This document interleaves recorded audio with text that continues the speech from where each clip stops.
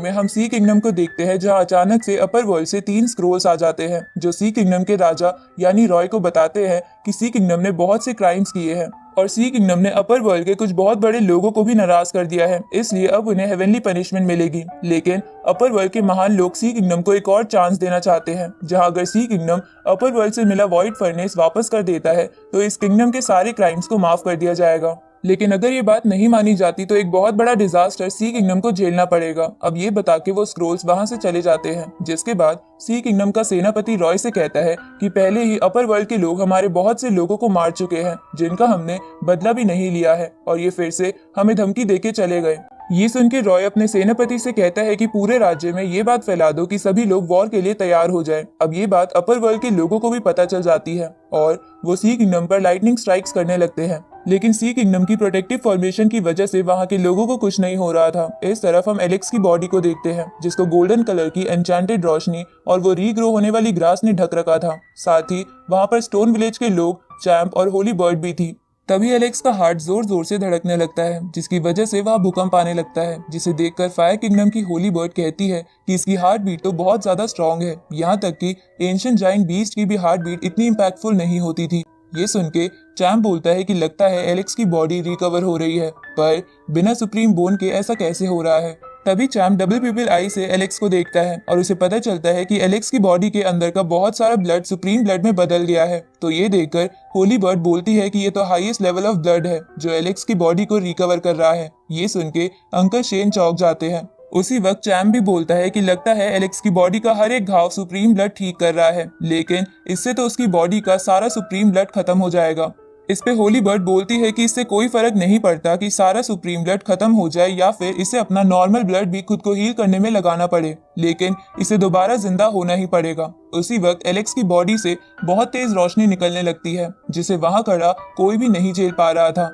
तभी वो रोशनी थोड़ी कम होती है तो अंकल शेन एलेक्स को बेटा बोलते हुए तेजी से उसकी तरफ भागते हैं, लेकिन तभी चैंप एलेक्स की बॉडी में हलचल नोटिस करता है जिससे उसे पता चल जाता है कि एलेक्स की बॉडी के आसपास एक ब्लास्ट होने वाला है। इसलिए चैंप सही समय पर शील्ड बना के अंकल शेन को बचा लेता है। जहां ब्लास्ट के बाद वो सब देखते हैं कि एलेक्स की बॉडी हवा में उड़ रही है, जिसे देखकर चैंप होली बर्ड से बोलता है कि एलेक्स की बॉडी ने उसकी सुप्रीम बोन का चूरा उसके ब्लड से मिला लिया था, जिसकी वजह से उसका ब्लड सुप्रीम ब्लड बन गया। तभी एलेक्स की बॉडी का बचा हुआ सुप्रीम ब्लड उसकी सुप्रीम बोन वाली जगह पर इकट्ठा होने लगता है ताकि वो ब्लड एक नई सुप्रीम बोन का निर्माण कर सके।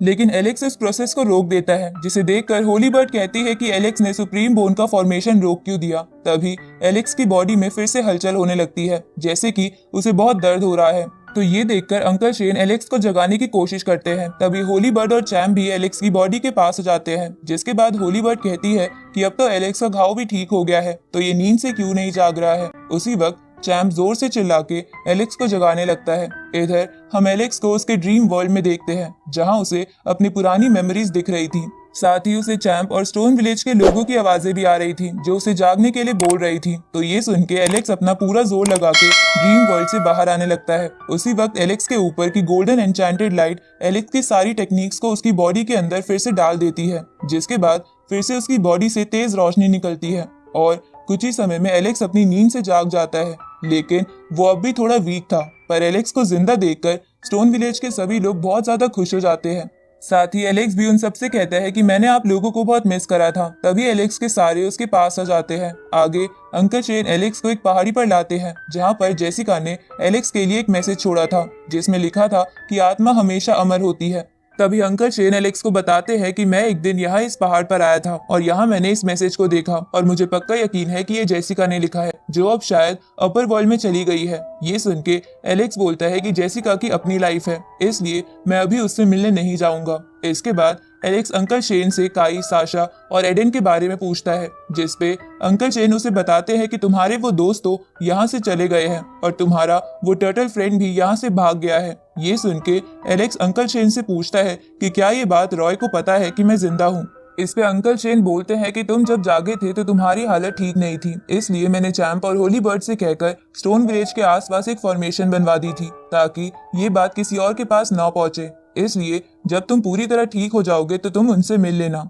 ये सुन के एलेक्स बोलता है कि अभी तो मुझे उन लोगों से बदला लेना है जिनकी वजह से ये सब कुछ हुआ था। इस तरफ हम सी किंगडम को देखते हैं जहाँ लगातार लाइटनिंग स्ट्राइक्स हो रही थी। जिसकी वजह से सी किंगडम के लोग घबरा रहे थे। तभी अपर वर्ल्ड के लोग सी किंगडम से कहते हैं कि हेवनली पनिशमेंट का टाइम आ गया है। तभी बहुत ही खतरनाक टोर्नाडो सी किंगडम की तरफ बढ़ता है, लेकिन सी किंगडम की प्रोटेक्टिव शील्ड उसे रोक लेती है। जिसके बाद अपर वर्ल्ड से सी किंगडम पर डायरेक्टली एक लेजर अटैक करा जाता है, जो बहुत ही खतरनाक था। इसलिए रॉय अपने सेनापतियों के साथ मिलकर प्रोटेक्टिव शील्ड को टूटने से बचाने लगता है, जहां वो इसके लिए सी किंगडम के गार्ड ड्रैगन की पावर का भी इस्तेमाल करता है, जिसकी वजह से फॉर्मेशन को कुछ नहीं होता। पर अभी ये सिर्फ शुरुआत थी, इसलिए रॉय को चिंता हो रही थी। तभी रॉय सेनापति से पूछता है कि क्या लैंड ऑफ एंसेस्टर के लोगों से हमारा कोई कनेक्शन नहीं हुआ, जिसपे सेनापति बोलता है कि मैंने उनसे कनेक्ट करने की बहुत सारी कोशिश करी थी, लेकिन उनकी तरफ से कोई रिस्पांस नहीं आया है। ये सुन के रॉय को वहाँ के लोगों की भी चिंता होने लगती है। इधर हम एलेक्स को देखते हैं, जो सोच रहा था कि मेरे साथ जो भी हुआ था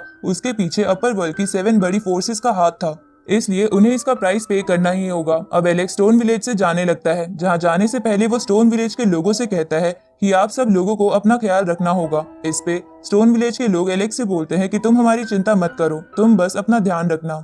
ये सुन के एलेक्स सोचने लगता है कि मुझे जल्द से जल्द कोई ऐसा तरीका ढूंढना होगा जिससे सभी लोग बिना किसी डर और खतरे के जी सके, लेकिन पता नहीं मुझे इसकी वजह से स्टोन विलेज के लोगों से दोबारा मिलने का मौका मिलेगा या नहीं। अब एलेक्स स्टोन विलेज से चला जाता है। दूसरी तरफ सी किंगडम के ऊपर फायरबॉल से लगातार अटैक होने लगते हैं, जिसके इम्पैक्ट से सी किंगडम की बिल्डिंग्स टूटने लगती है। तभी एक बहुत बड़ा फायरबॉल सी किंगडम की प्रोटेक्टिव फॉर्मेशन से टकराता है, जिससे पूरी सी किंगडम में भूकंप जैसे झटके आते हैं। ये देखकर रॉय तेजी से पैलेस के बाहर जाने लगता है, ताकि वो डायरेक्टली अपर वर्ल्ड के लोगों से लड़ सके। पर सेनापति उसे ऐसा करने से रोकने लगता है, क्योंकि इसकी वजह से उसकी जान भी जा सकती थी। लेकिन रॉय सेनापति से बोलता है कि मैंने एलेक्स से वादा करा था कि मैं सी किंगडम को किसी भी हालत में प्रोटेक्ट करूंगा, चाहे फिर इसके लिए मुझे अपनी जान भी क्यों ना देनी पड़े। उसी वक्त सी किंगडम पर फिर से एक लेजर अटैक होता है, जिसकी वजह से सी किंगडम की प्रोटेक्टिव फॉर्मेशन टूट जाती है और अपर वर्ल्ड की आर्मी लोअर वर्ल्ड में आके सी किंगडम की तरफ बढ़ने लगती है। और आगे बढ़ते हुए वो आर्मी सी किंगडम पर फायरबॉल से हमले करने लगती है, जिसकी वजह से सी किंगडम के बहुत सारे लोग और सैनिक मरने लगते हैं। तभी रॉय के सामने एक अपर वर्ल्ड का बहुत बड़ा ड्रैगन आ जाता है और एक बहुत ही बड़ी और पावरफुल फायरबॉल डायरेक्ट रॉय की तरफ फेंकता है, जिसे देखकर रॉय को लगता है कि यही उसका अंत है। इसलिए वो मन ही मन में आंखें बंद करके एलेक्स से माफी मांगने लगता है।